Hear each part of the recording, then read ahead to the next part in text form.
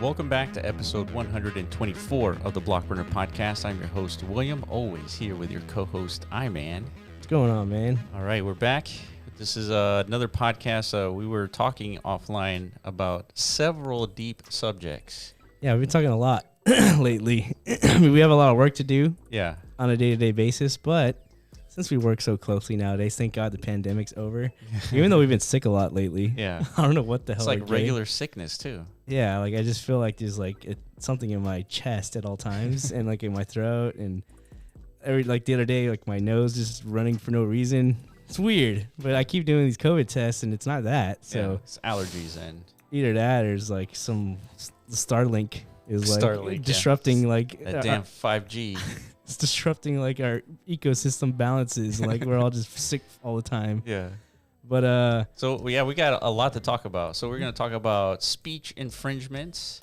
Yeah, because good old Andrew Tate. Yeah, that seems to be like the most buzzing cultural topic. Yeah, I guess. So yeah, we're gonna put a Web3 spin on it. Yeah, and we're gonna talk about the history of. Or we're gonna go back to the Great Depression and see if there's some similarities.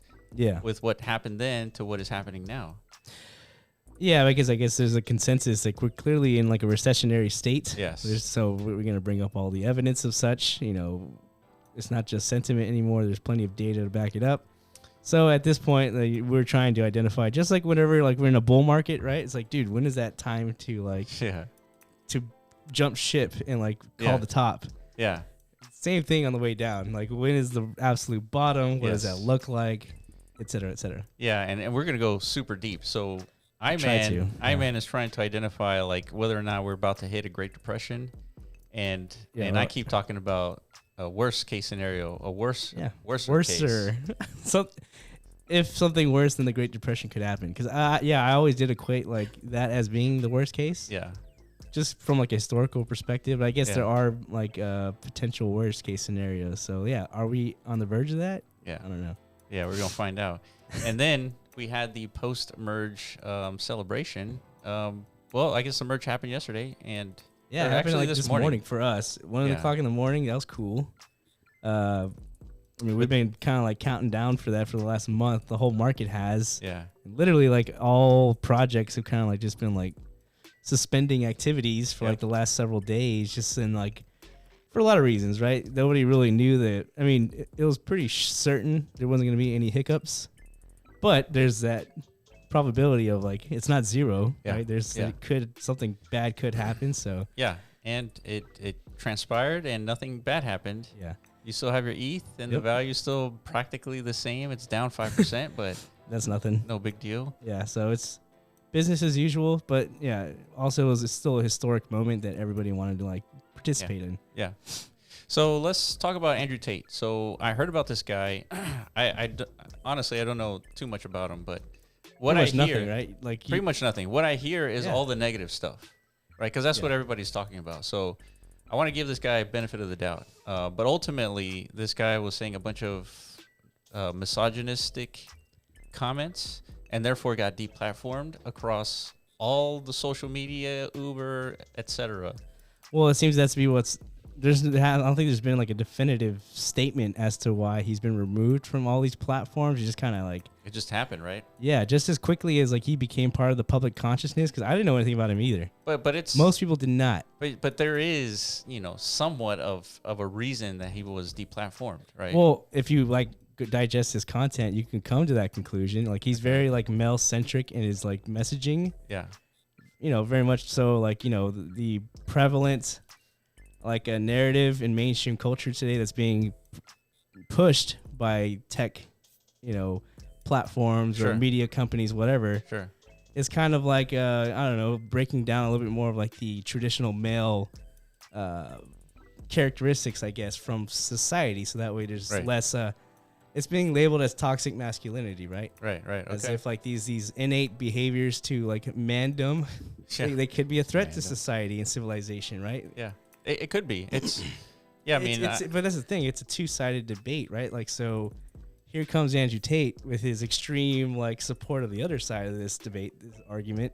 Right. Like, hold on, these are like biological programs, like that men kind of like have within them based on evolution, right? So it's not as easy as just like turning those types of things off. That's a valid argument to make, right? But that's not the only stuff he said. I think they found some egregious comments in his like more than 10 years library of publicly speaking. I see. So they basically cut out the pieces that make him look like the worst human being in the universe. Yeah, like potentially the next Hitler type thing. Like he's going to co-opt the brains of the next generation. Okay. All right. So then someone just took out those snippets and said, look at this guy saying all these like... Well, not someone, like all of media, like everyone, like the whole...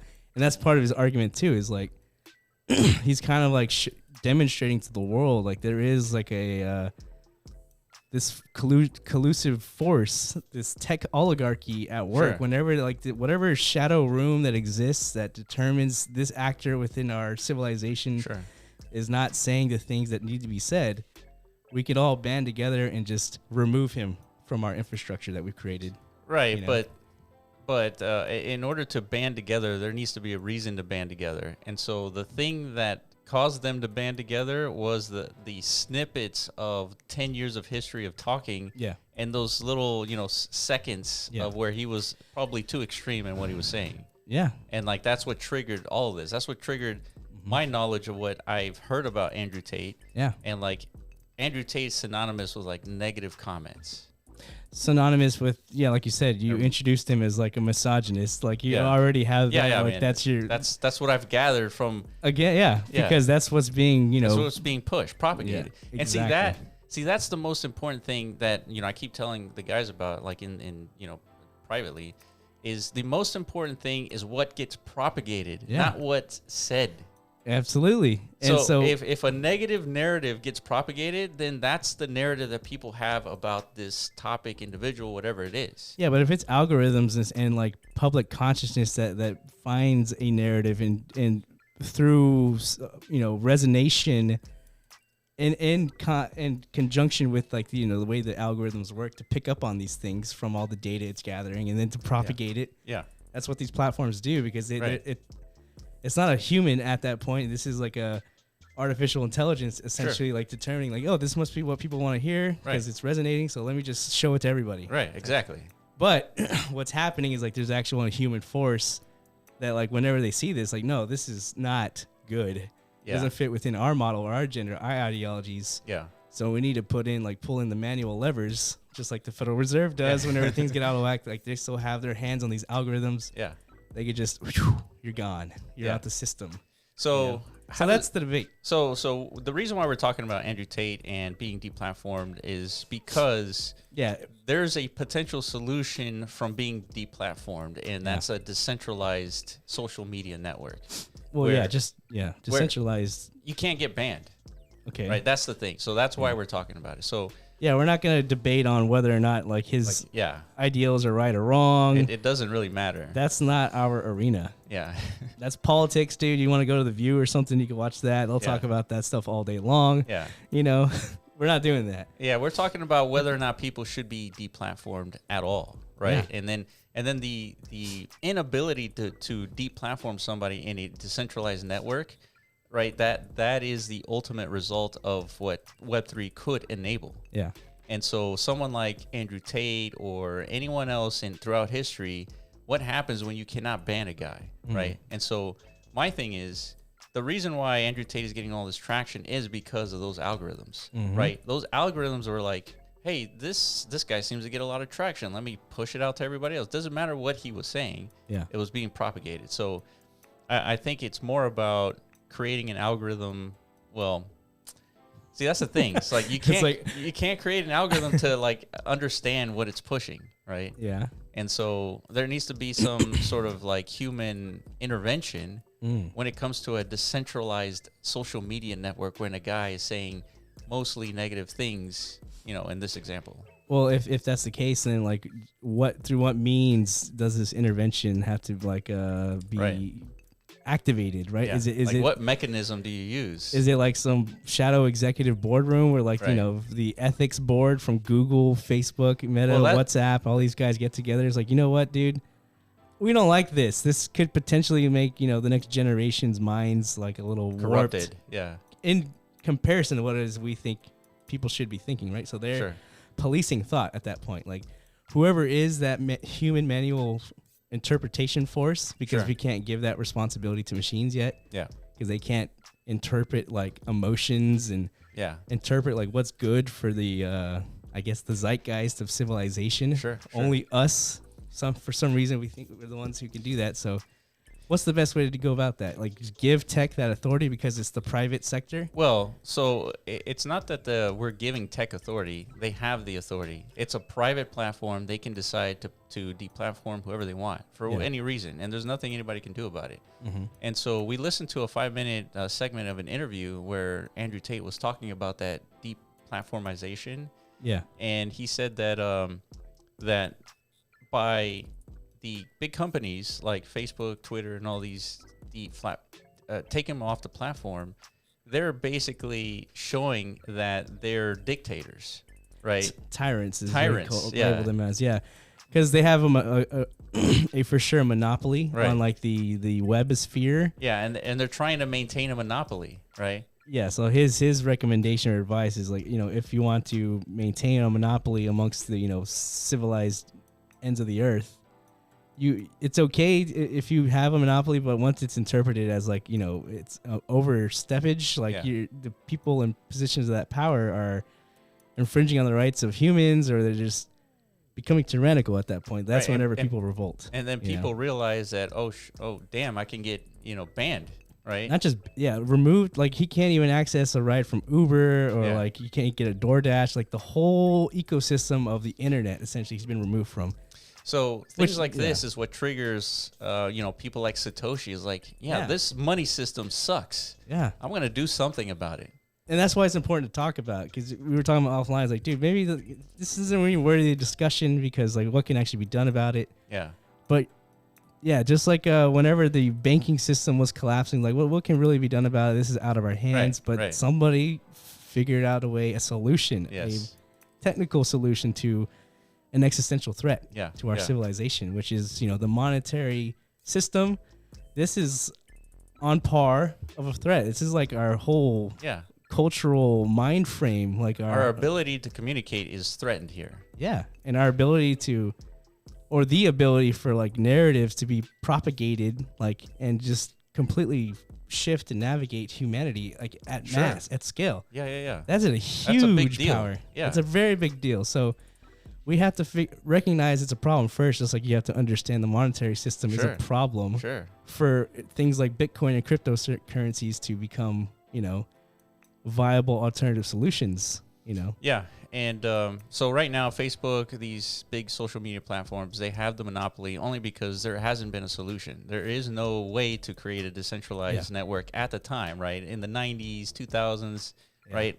This technology didn't exist, right? Now, Satoshi comes in, blockchain, Ethereum comes in, smart contracts. Now we can create social media networks that are completely decentralized. Yeah. So what happens? In theory, yes. What happens when someone like Andrew Tate gets onto one of these platforms and gains an audience based on, let's assume for this particular case, that Andrew Tate is, everything that he says is 100% against like the 100% against the potential future of a sane society. Okay. Saying things against women, saying things about all these, other topics that everyone would disagree. Mm-hmm. What happens to an individual that cannot be banned on this network, saying these things and getting an audience and corrupting minds for this narrative? Like, what do you do? Yeah, I think this is like it's going to be what's the word I'm looking for? This is going to be a consideration for any decentralized ecosystem, not just like a communication platform, anything. Yes. This is basically, it's called governance. Like, right. We've already dealt with this in Decentraland. Like, what happens if people put illegal content on their land right next to yours? Yeah. Or like what can you do? Yeah. Well, that is the most difficult thing to solve. If you're trying to like advocate for decentralized ecosystems to take over like everything in our day-to-day lives, then in order for that to happen, and like proper enforcement of, I don't know, consensus within the ecosystems itself, like we have to figure out the proper governance channels to achieve a reliable representation of that consensus of the user base, or the population, whatever. You know what? One of the things that we're sort of missing here is blockchain, decentralized networks. They solve the ability to maintain freedom of speech. Yeah. But freedom of speech is inherently a United States thing. True. And so, how in a completely decentralized network, let's say Twitter is like a decentralized Twitter is a global thing, right? What decisions do you make in its design to facilitate freedom of speech when some cultures don't agree with that? Mm-hmm. Like, how do you decide that freedom of speech is a thing that all humans should have in this completely decentralized social media network? And then what other metrics should, humanity have, along with freedom of speech? Like, how do you decide those things? Yeah, basically, you so the reason why we can't apply freedom of speech to the existing Twitter sphere, right, is because, like you said, you're identifying it as it's an American constitutional right? So not all users of Twitter are American constitutionalists, and don't expect that same freedoms, right? So first we'd have to establish, again, it comes down to, I think DAOs are going to have to form much more mature forms of governance. That means you're going to have constitutional level agreements among the participants within these ecosystems. Dude, that's what nations are. Countries, they're just ecosystems. Yeah. That the participants within agree upon, we're all aligned to produce value within our own ecosystem. We're going to leverage all the resources that exist within the frameworks, the borders of our ecosystem, and we're going to govern ourselves, by electing officials, doing all these activities to make sure we have the right representation, the right people within the ecosystem are making the best decisions. You mentioned democracy as by default. How do we know that that's the best method of governance? In one digital decentralized distributed ecosystem, whatever we call it, might feel one certain way than another. Yeah. So one might not value freedom of speech as much as another. Yeah, right? So that's what I was going to say is I think you're alluding to, you might have a decentralized Twitter that values freedom of speech and everybody can say anything they want. Yeah. And then there's another competing social media network that doesn't value freedom of speech. It's more about controlling, whatever they want to control. And there's going to be a community for that. Yeah. So then at the end of the point, or at the end of the day, see, that's the thing. It's the competing ideologies. Yeah. Competing ideologies become communities and therefore networks. Yeah. And it might be one of the reasons why nothing will be able to outcompete something like Twitter, just because it's a ubiquitous utility of the internet. And if we all of a sudden inject tribalistic ideals, this Twitter of mine that I support is this way. Here's another Twitter-esque, providing similar utility to the web infrastructure, but they all have different ideologies, different rights for their users, stuff like that. Now you're fragmenting that utility. So so you will never have something as useful as an actual global platform, right? So man, that's tough. It is tough.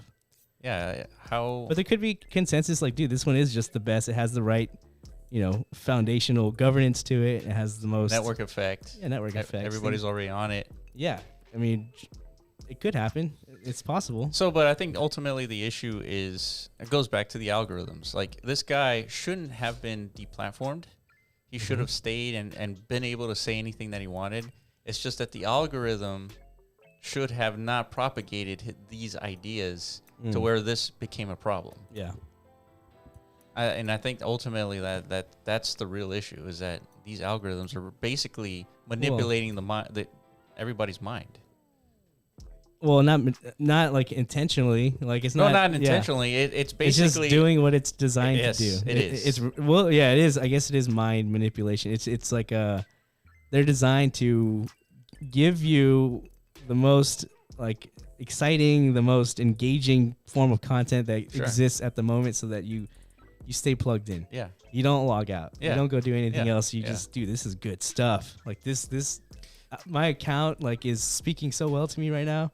You know what I mean? So, I don't want to talk to friends, dude. I just want to consume. Yeah. That's what they're programmed for. Ultimately, I think these social media platforms, they made a mistake.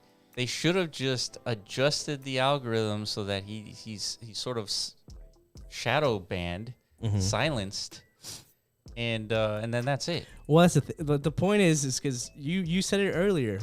There has to be some sort of regulation in the event somebody is like saying something that is potentially egregious, potentially has damaging effects on individuals. It might not be so clear. Yeah. It might not be like direct damage, maybe indirect 5, 10, 20 years from now. Like it's fucking with the mind, whatever. Like Hitler on the internet, right?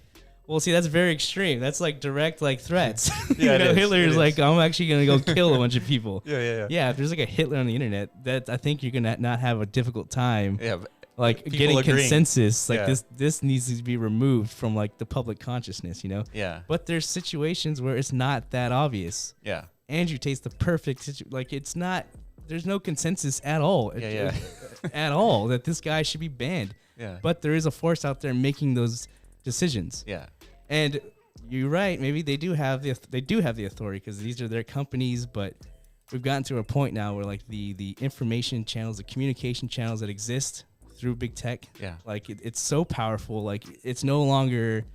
It shouldn't be in the hands of a few executives at this point. Like now, the people need to form consensus on these decisions. So like we need government injection, some sort of a judicial system to make these decisions, right? There needs to be due process in these types of events. Like, give them a chance to present, like, no, dude, I'm not trying to harm anyone. I just have my own. I've said stupid things, and it was put together in a way where it made me look like the second coming of Hitler. If you think I'm this bad person, let me pile all my evidence in against that. Yeah.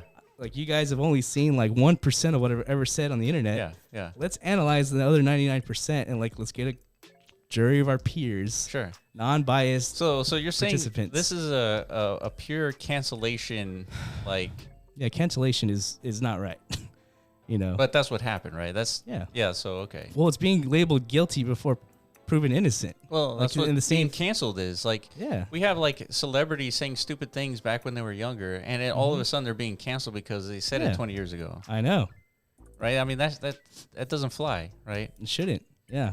But the point is, I don't think these things, these systems that we are needed to, I guess, form like a cultural consensus on whether or not somebody is a good or bad actor for the masses. Because at that point, that's like labeling them as like on the same scale as like a terrorist threat. Yeah, they're like digitally in jail. Yeah, right. They're digital terrorists, I guess, in the eyes of the tech oligarchs. So there needs to be a formal processing to where it involves the people. The people's court, the people have to decide too, just like all of our legal systems operate today, you know? Yeah. So we can't do that, and I don't think in the Web2 sphere, because the tech world's never going to give that authority to its users and none of that shit. So it has to migrate over to Web3 and decentralized ecosystems. 100%.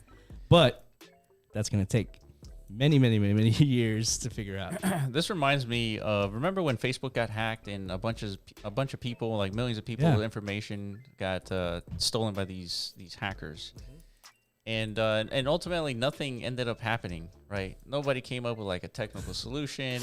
No. There's not a decentralized Facebook out there. I mean, there's some attempts, but none of these ever got traction. Yeah. So I don't know what more is it going to take for, Web3 to like begin, getting market share of humanity, because it's still kind of small. Oh, absolutely. Like from like for this specific use case. Yeah. For like Facebook, it's like, okay, I don't use Facebook anymore. I use Facebook.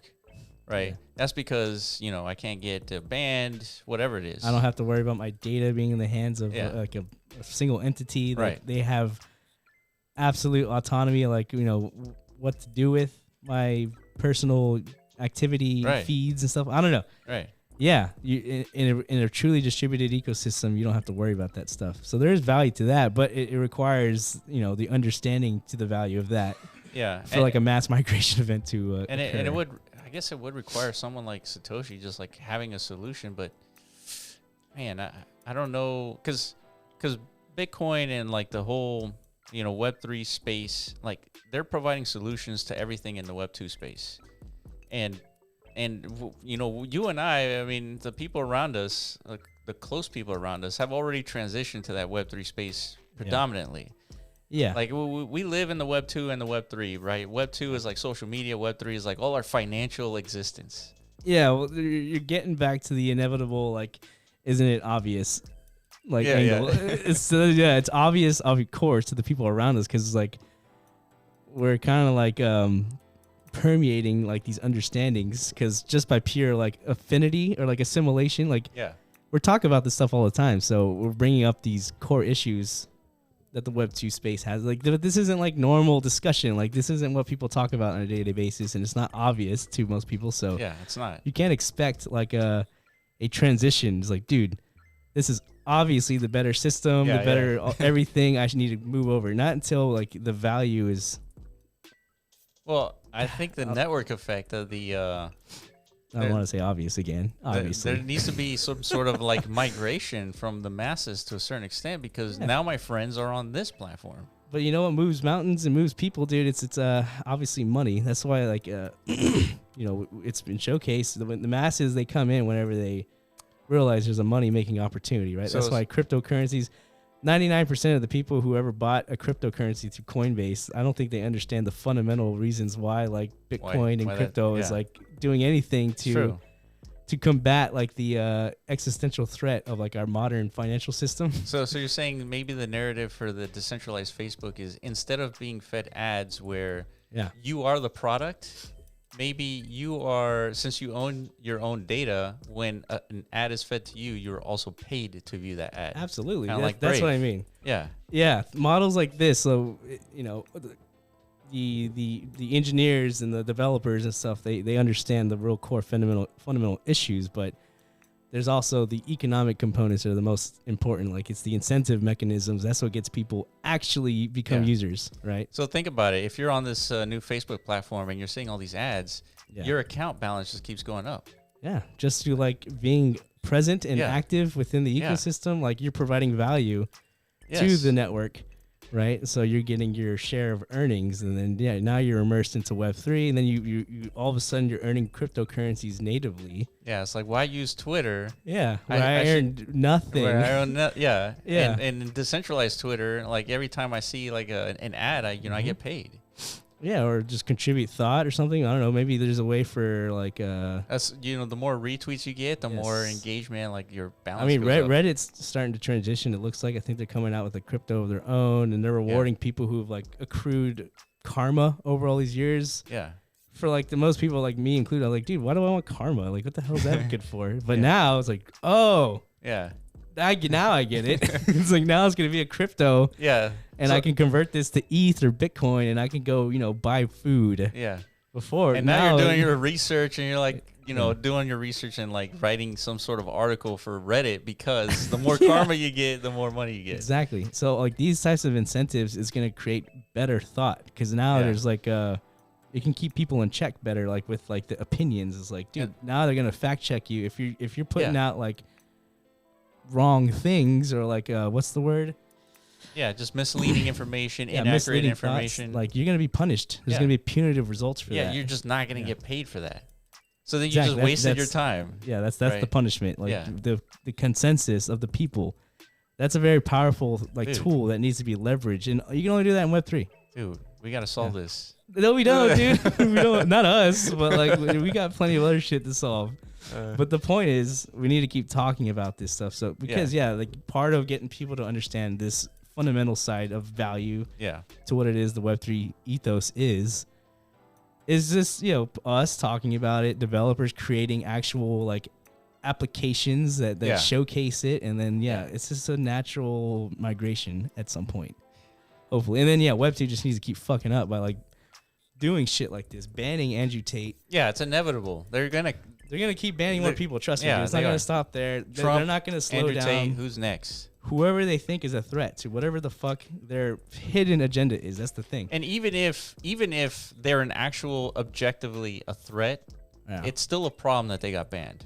Yeah, the matter of like just like without warning, just like you're gone. Yeah.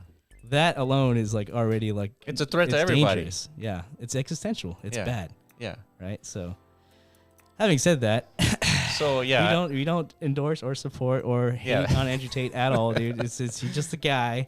Right now, he's just he brought on a very important topic though that I think has relevance to the Web3. Yeah, but within our conversation, we mentioned a lot of things about how existential threats that being one. Another one, obviously, like the world is starting to pick up on like the one we've been like talking about for the last couple of years. Yeah. So you shared an article by the History Channel, history.com. I love the History Channel, dude. And it talks about the Great Depression. Right. Yeah. So we're not going to go through this article, but we're going to talk about the ideas of this article and how it relates to what's happening today. Yeah.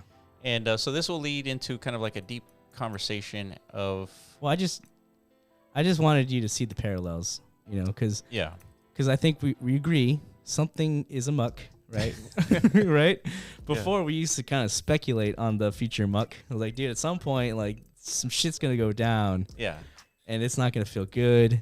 Yeah. And then I inject my like crazy level of cynicism into these discussions. We're like, and dude, like you know, anxiety inducing, like painting a picture of like how bad it can get, right? Yeah. So I always like to refer back to the Great Depression because people, for whatever reason, don't pay attention to history, don't even like want to know what happened in the past. To me, that makes no sense. I don't understand that. I think that is the most valuable source of information you could like reference. Yeah. Like for the future to like not make mistakes over and over and over and over again. So the Great Depression is like the most recent of events that we kind of like refer to, at least in our ecosystem, that like where things went amok. Yeah. What does that look like? Yeah. You reference the Great Depression, which is probably the worst financial situation the United States has ever seen. And so that, as bad as that sounds, is not as bad as like how our monetary system works. Yeah. So, however, having said that, you don't want to live through another Great Depression, right? That's not a fun thing in any respect. It's just like it's just immense stress. Like think of like the stress we felt of like you know, whenever all of our cryptocurrencies were like getting crushed by the markets. Like we just lost 90% of all of our value in like a time span of like a couple of months. Yeah, imagine losing 90%, but for 10 years, like it doesn't come back. Pretty much. There's that. Yeah, it doesn't come back, and like all of our assumptions that we're making of like, dude, you know, everything's a cycle, man. Like things are down now, but they're gonna come back up. Dude, keep your head up, dude. Chin high. Yeah. It could not happen. It could just stay down for like a long time. Yes. So what does that do like to the psyche of, and that's just, I'm talking about like, those are the people who actually like are participating in markets. Like we feel this shit first. Yes. Because we're in there. We're the ones like feeling the ups and the downs, but these markets have like real effects on there's the entire economic side. Yeah, there's consequences across everybody because when the markets are down 50%, a lot of people don't feel it because they're not in the market. Yeah. But when the Federal Reserve is printing money and inflation starts taking over, and all of a sudden the $200 you spend on groceries is all of a sudden like $300. Yeah. Like then it's like, you know, what the hell is happening? Everyone's going to feel it. Yes. So there's numbers out there. I think we got somewhere, one of these tabs, what's it called? The CDI, CID? CPI index is like, it's basically like at a halfway point to where it was during the Great Depression. So, but this is the consumer price index. There you go. Yeah. This to me is like, because we were asking ourselves over the last several days, like what is the actual metric that we need to be paying attention to? Yeah. That actually going to say some shit like that, you know, we're nearing some sort of like shit hits the fan scenario, or like people are really hurting. Like what do we need to see? It's obviously it's not like the squiggly lines of cryptocurrency charts. Yeah. That doesn't change anything. Nobody feels that. Yeah. That doesn't hurt anybody really. And so what does? Yeah, I think you said it best. CPI is a representation of the cost of goods, right? Consumer price index. Yeah. And so everyone engages with the economy every single week because they buy food every day. That's us interacting with the economy or with the ecosystem. It's just like when we go shop. Yeah. When we go try and find goods or services to improve our lives. Yeah. And if all of a sudden, like we've been used to this like nice coziness over the last, I don't know, couple of decades. Yeah. And things are just becoming like unfeasibly like expensive, and like now I have to like remove activities from my livelihood just to like be able to afford food. Yeah. That has a huge impact on like the whole public consciousness. So like, you know, now people are becoming aware there's a real issue, right? Yes. And so in regards to the CPI, so there's that number. So there's really ultimately two numbers. The next number that I'm going to mention is a number that represents the amount of money that our government makes. The GDP, it's the revenue of this company, if you will. Yeah. And the cost of interest on the loans that they have. Because the way the money works is money comes from the Federal Reserve and is loaned out to the government. And that money is the only money that ever exists. And so loans have to be perpetually generated in order to pay for the interest on said loan. Yeah. Okay? Yeah. So in that scenario, what is the ratio between your income as a government, right, the GDP? What is the ratio of your income to your interest on your debt? And so there's that number that we've discovered is right here. So let me see. It's let me find 66 trillion. Okay, so let me read this line. The growth in interest costs presents a significant challenge in the long term as well. Interest costs on the national debt are projected to total around 66 trillion over the next 30 years and would become the largest program in the federal budget within that period, surpassing Medicare in 2046 and Social Security in 2049. So take a look at this chart, Iman. Yeah. We're looking at spending for net interest is projected to outpace other spending. So all these lines represent spending for Medicare, Social Security, and then look at this blue line representing the interest on the loans for the government. So these are just projections, right? Based on like our current, I guess, the ratio of the debt we're accumulating to the revenue we're generating as a country, right? Right. So it looks scary. It could get even more out of whack. We don't know. Like we could even be at some point in the near, maybe like a war begins or something, and like we need way more debt. Oh, sure. Way less revenue. 100%. That line. It was.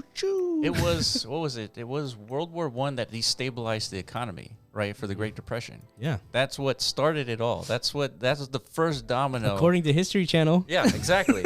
That was the first domino that caused a 10-year depression. Yeah, man. And so another war. That's why I wanted you to see the dominoes. That's it. Yeah. That was the purpose of that History Channel. So if you're right, if we have a world war, which I mean that could be completely detrimental from a life standpoint to a financial standpoint. Yeah, not even like these numbers. If we have another world war, like we got bigger problems than like, damn, when's the interest gonna like kick in? Yeah. So let me read this one last line, and then we can kind of continue on here. As such cost rises, they'll take up growing share of the nation's revenues.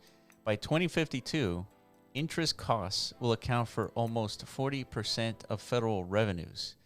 Those levels would greatly exceed the previous high of 19%. So what this tells me that by 2052, the income our government makes, 40% of it is just there to pay the interest on the loans, not even like the principal. That's nasty, dude. So what does that mean? All you have to do is like imagine that for yourself. Like if you got yourself in such a hole, where like that was your life, the job you went to, you knew like basically half of what you're working for is just to pay just the interest of like the hole you got yourself into. Yeah, you're pretty much there's almost no way out, but there's still hope. But what you're saying is at some point there's that absolute mathematical point in time where it's like. Yes, I mean it's 100%. Like what happens when you reach? It's not 40%. 100% of your income. It's over. It goes just the interest, right? You can't even buy food. You can't pay the mortgage. You can't nothing. You can't support a goddamn thing. Yeah. And so at that point, that's okay. So then, what does that mean? What is that inflection point called? Right. It is the definition of an entire country's currency being valued at $0. So all the money they have in your bank account, all of it is completely worthless. And so why is that happening? Why are we potentially even talking about this? Because that's the design of our financial system. Our monetary system is designed to do this. Right? Because if the Federal Reserve only loans out the principal and they expect the principal back with interest, where does the money to pay the interest exist? Yeah. And it doesn't. Yeah.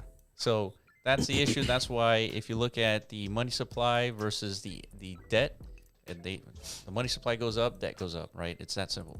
It is very simple. Like, it seems like to get this like curtailed and like under control, it's just like cleaning up the balance sheet, right? Like, let's just settle down, lads. Let's not borrow so much for a little bit. Let's readjust that ratio, make sure we're like, but in order to do that is like sacrificing so much of like what it is that makes the United States. Yeah.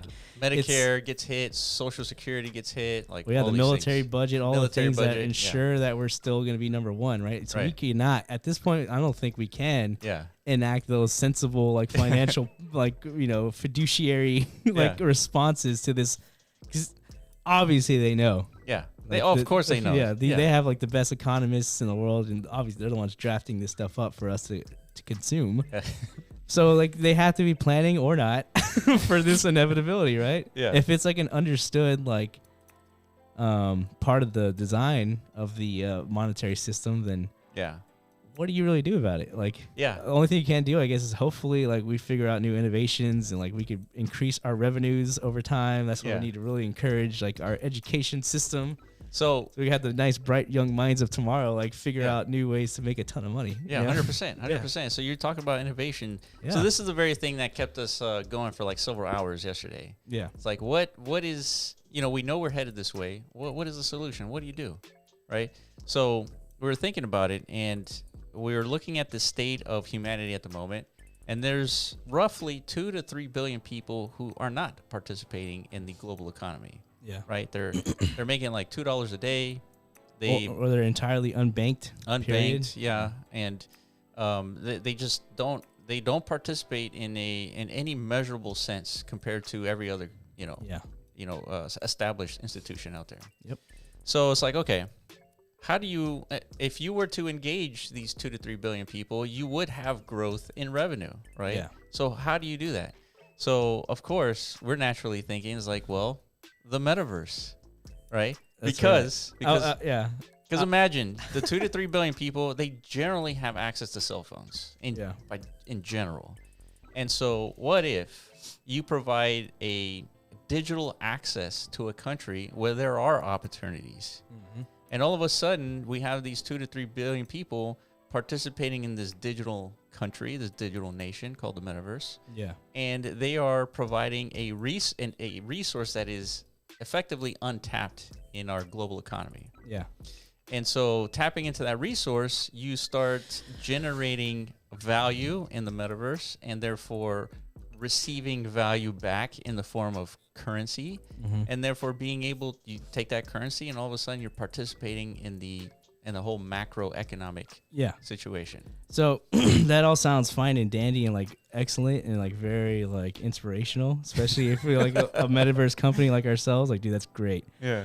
But the reason why you're gonna have a very difficult time for people to understand or agree with you is like it's all, you can't even identify where the value exists in the metaverse today, right? So you have to make that the mechanisms for value generation from the metaverse sector have to be understood. So that's a much longer conversation, right? Like you mentioned recognize value, right? I think that is debatable even in our current situation. Say, for example, what is the value of a waiter or waitress bringing you food, like at a restaurant?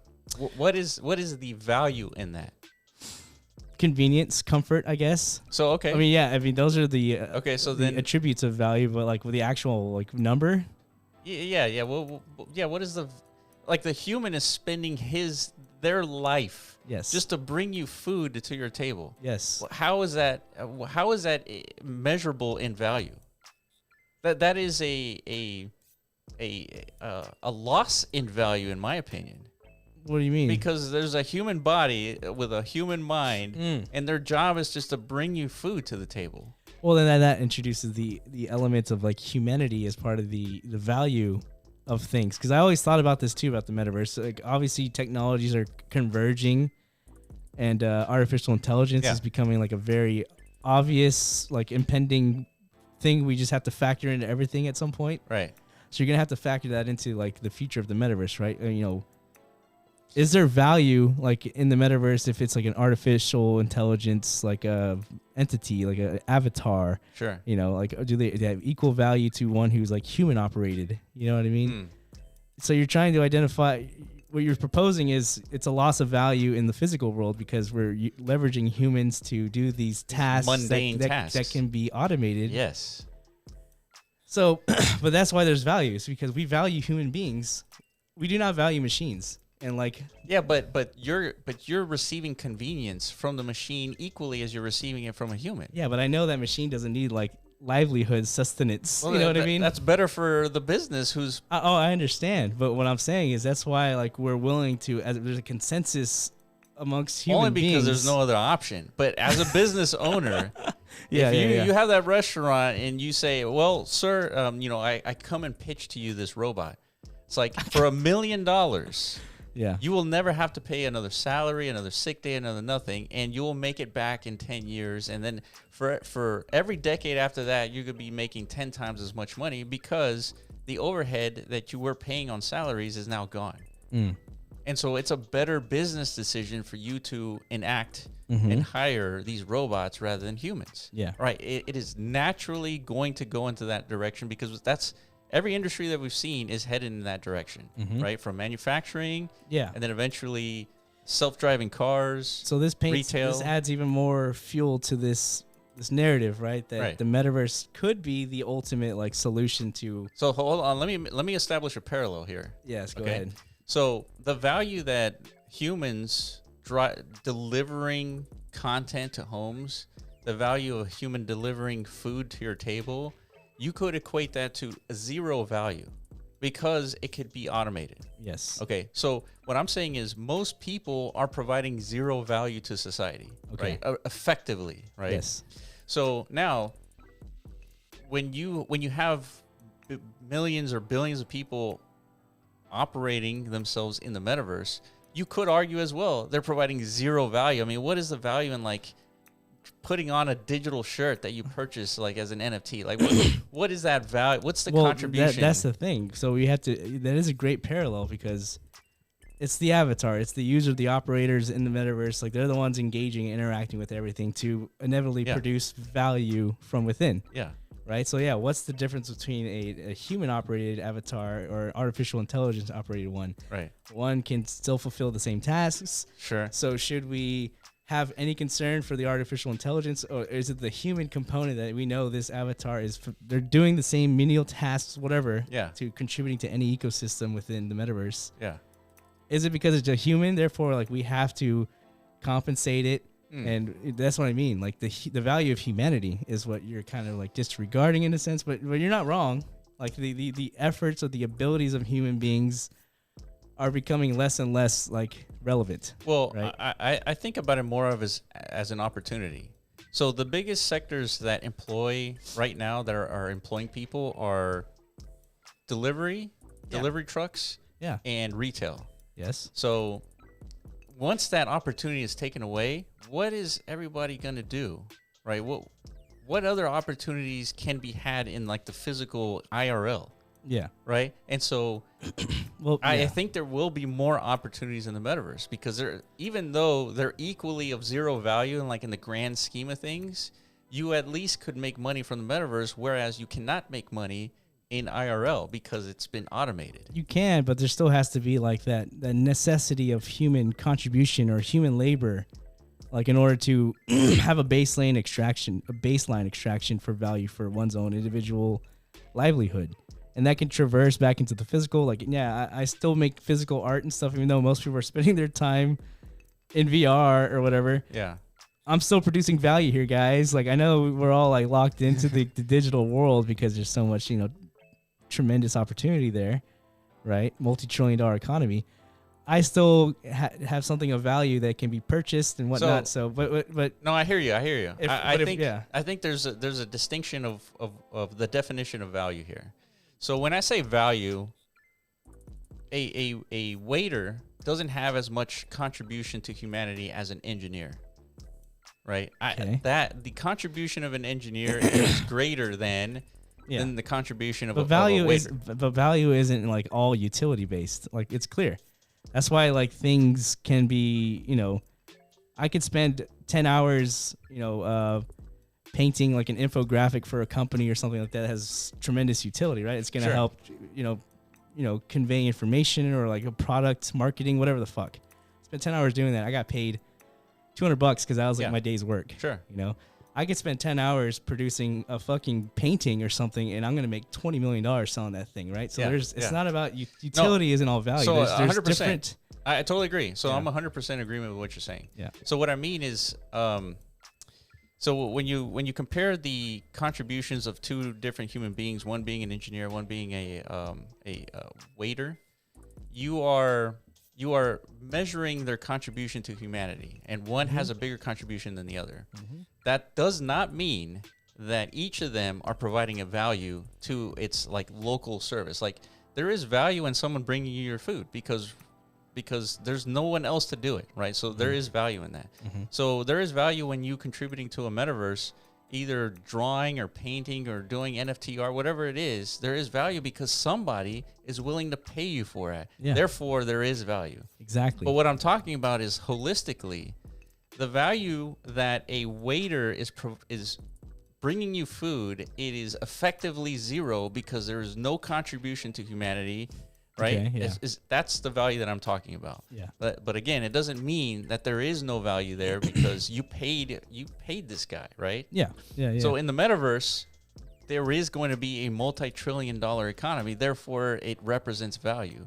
But the contributions to the wider humanity, right? The more important activity is going to be things like engineers are doing, Elon Musk is doing, developing technologies, pushing humanity forward, right? So what I'm trying to say is most people in society are not contributing to the progression of humanity already. Yeah. Most people are not doing anything to contribute to humanity. Yeah. And so when we transition to the metaverse, most people are also not going to contribute anything to the progression of humanity. That's correct. And so it doesn't change. But what I'm trying to understand, because we're trying to bridge that gap of understanding, like multi-trillion-dollar economy in the metaverse, right? Yeah. We're not the ones saying it. Everyone else is saying it. So we're the ones trying to figure out like how that happens, right? So, but what you're saying is it's going to be figured out at some point in time, and because of that, it enables like an entire sector of humanity that does have no opportunity in the physical world. Yeah. And the opportunities are getting less and less and less because of the inevitability of technology and automation, all these things. So their dilemma is becoming worse. Yes. Their prospects are becoming worse. Yes. There's very little chance they're ever going to contribute to this finality endpoint of the monetary system you've already painted out, right? Yeah. So in other words, we're fucked at some point for sure. For sure. No matter what. No matter what. But the goal is to kind of like delay that fuckery by any means necessary. The only potential avenue that we can identify for now is creating a whole new value system independent of what's going on Earth. Yes, yes. 100%. So either we populate another planet and like Mars society, or we create a digital virtual society, 100%. Which is what the metaverse is, right? Yeah. So unlocking those value systems within, people are it's going to require human contribution to sustain any viable virtual ecosystem, right? So the point is, these ecosystems have to become understood. They have to be built and attract those users, everything, right? Until now we're onboarding a whole new, that disenfranchised sector of humanity. They're producing value, extracting it within. Now we could potentially expand. Yes. So across the whole. So what's the end game here? So ultimately, when you enable 2 to 3 billion people to create value in the metaverse and add value to the metaverse, and therefore receiving value back in the form of currency, you are effectively generating a higher GDP because there's 2 to 3 billion new participants in the economy. Yeah, now they're gonna want Yeezys too. Right, exactly. You know what I mean? Exactly. Kanye is gonna fucking love the metaverse. He's dude, thank you guys. Yeah. Everyone's gonna be their market expands essentially. Exactly. Like everything, the whole economy expands because now we got value being accrued from like different dimensions. Yeah, exactly. Yeah. And it's coming back home. Yeah. Right? Like that's a big fucking deal. Yeah, and so now this number, this 40% of federal revenues by 2052 being spent on just interest rate, well, their GDP has gone up by that time. Yeah. Right? By this time, we're talking about a multi-trillion-dollar metaverse economy in 30 years. Right. And so now it's not really 40%. It could be like 20%. Yeah. And now we've kicked the can so far down the road that even our own children are not going to need compounds in order to survive the financial apocalypse. Yeah. See, but that's the thing. If it takes the metaverse that long to prove its value case to the rest of the world, maybe it'll be too late. It'd be too late. Yeah. So but by 2052, I mean, we're already in the yeah, I don't think it's not going to take that long. It's not going to take I really 30 think years. like 5 to 10 years, the metaverse is going to make so much sense to everybody. Yeah. Well, maybe not. Again, I've been saying this, like the metaverse, Web3, all this stuff. The Web3 world, the Western world, basically the part of humanity that enjoys the comforts of modern civilization, the modern financial system, everyone who has been participating in these ecosystems, they're not going to see the innate value to what it is the Web3 and the metaverse space is constructing right now. Sure, right? So I agree. Within the 5-10 years, we're going to easily onboard all the people who've been left outside, like holding the bag of modern civilization, basically. Yeah. And we're going to bring them in.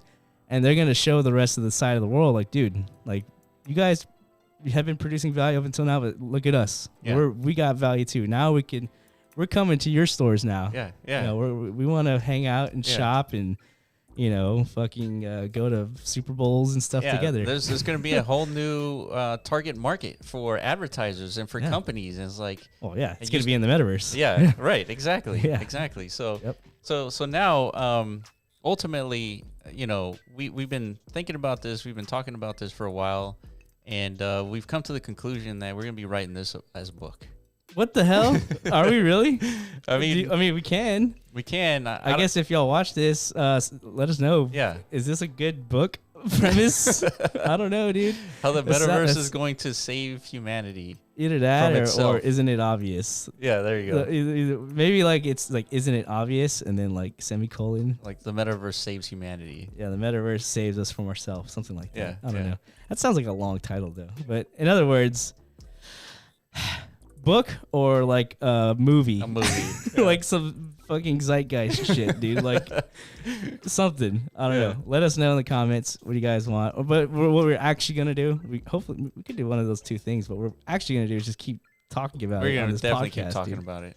For one, because we're like deeply ingrained from all perspectives, economic, the metaverse, just like being a human on Earth, like these things need to be talked about, so. Yeah, so let's summarize everything that happened today, right, in this conversation, because we talked about Andrew Tate and the suppression of a very important amendment to the Constitution, right, freedom of speech, and how it relates to Web3 and the potential of social media as a result of censorship, right? And then we talked about the ultimate demise of our monetary system and the potential of delay based on the metaverse, right? And onboarding 2 to 3 billion people into the economy. Yeah, it's either that. Like the best other solution I've heard from like, thought leaders of the world, because these existential threats of the economy and automation and technology and stuff like that, the biggest thing I've heard advocated is like a UBI type model. Yeah. That's what I've heard. Yeah. Without really much explanation as to how that's sustainable. It's just like, it seems like that's the only like logical step to like making sure we don't just go fucking crazy and kill each other. Yeah. Because like we don't have purpose in life anymore. Like the robots took over, dude. Yeah. And like, what the hell? What do we do with our days? Where do we go to work? How do we make money? Don't worry about that, dude. We're just going to throw money across to everybody and somehow that's going to like fly. Yeah. So, but we're introducing a new alternative. Yeah, the metaverse. Metaverse, yeah. Of course, on brand, dude. It's very on brand. This is on brand as it gets, dude. Yeah. All right, guys, that's been our podcast. Make sure you watch us on YouTube, right? If you were listening to this podcast, make sure you head over to YouTube. We got a lot of stuff to show during this conversation. Comment, like, subscribe, and then make sure you follow us on Twitter at The Block Runner, at MetaZone.io, and at Rovi AI. And we will catch you in the next video. Peace.